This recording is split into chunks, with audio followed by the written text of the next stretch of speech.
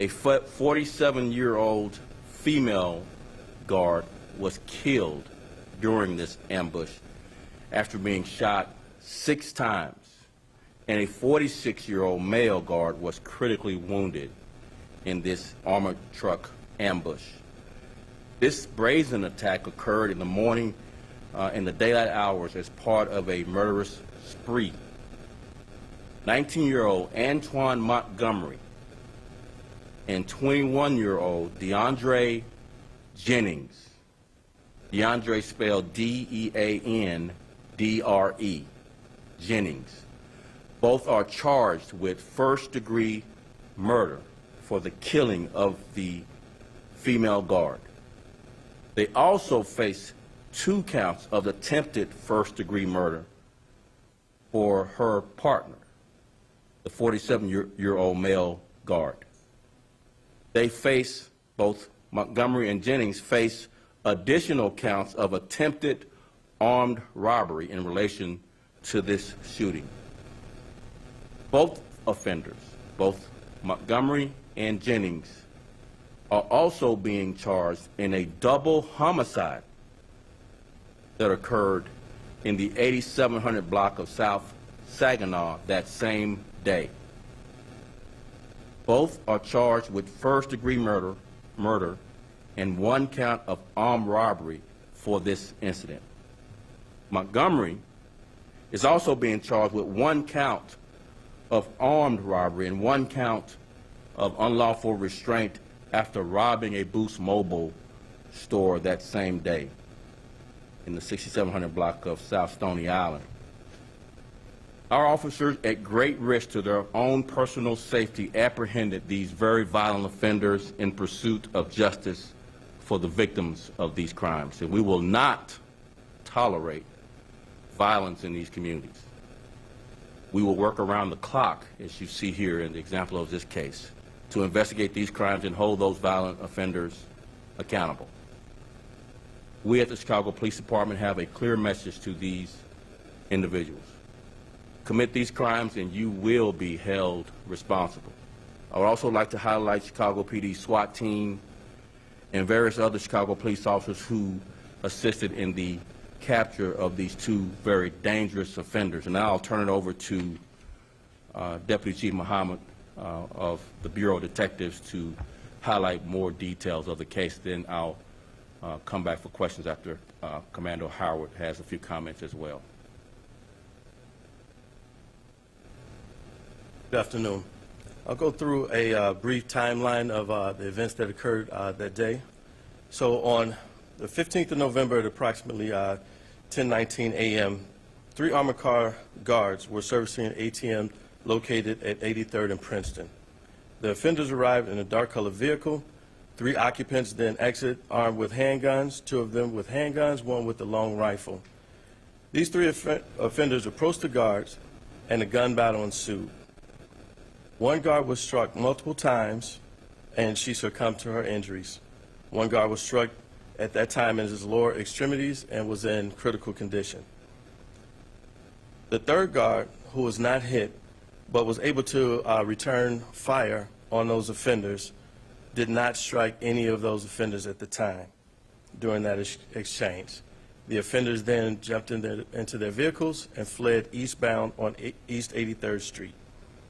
At 10:55 a.m., the offender's vehicle was captured on pod and private video cameras entering a strip mall located at 6716 South Stony Island.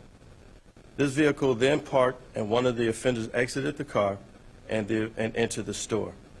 The offender was wearing the same clothing as captured on the video at the during the attempted bank robbery. While inside the store, the offender brandished 2 firearms and announced a robbery.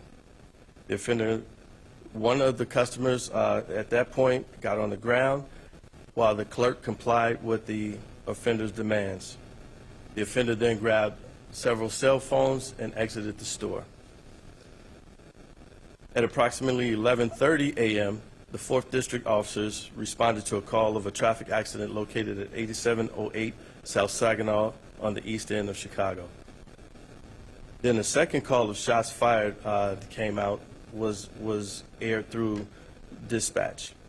Upon arrival, they find the vehicle has struck several parked vehicles as well as a tree.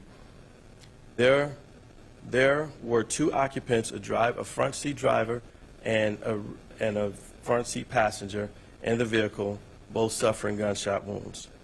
The occupants were then pronounced deceased a short time later.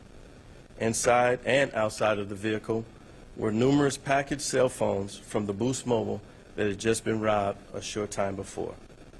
A 911 caller informed dispatch that two individuals were observed running into a residence located on the 8700 block of Saginaw. At that point, officers on scene surrounded that home and kept constant surveillance while SWAT team was called. A short time later, occupants from that house came outside, surrendered to police, and several individuals of interest were taken into custody at that time and detained and transported to Area 2 for further investigation. Short time after that, a search warrant was obtained for the residence, and shortly after, several handguns, including a long rifle, was recovered from inside of that home, as well as clothing and other various items that were necessary for our investigation. After that, a short time later, the charges were approved through the ASA's office for the offenders that the superintendent previously mentioned. I'd be remiss if I didn't thank the individual who called 911 to give us the information, as well as certain witnesses that were on the scene who were courageous enough to give us information to help further this investigation to the point of where it was. At this point, I will bring to the podium Commander Howard of the Area 2 Detective Division.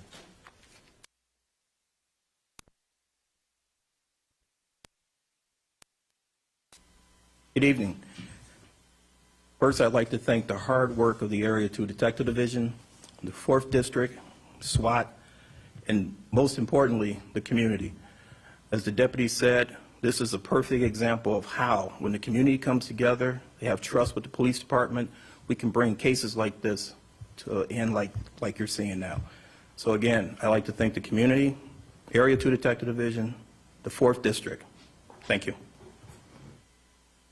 And before I take questions, I just want to highlight the Bureau of Detectives cleared more homicides this year than we have in 15 years. And our homicide clearance rates range from 45% to 65% across the city. So again, accolades and a lot of encouragement to our Bureau of Detectives. Continue the hard work. We really are grateful for their hard work on this particular case and bringing two very violent offenders to justice. And last but not least, thanks to the community for coming forward and helping a department. I think it is an example, like Commander Howard says, how the community coming forward helps us do our job. And without the community, we can't do our job in ways that the city of Chicago deserves. With that, I will take a few questions.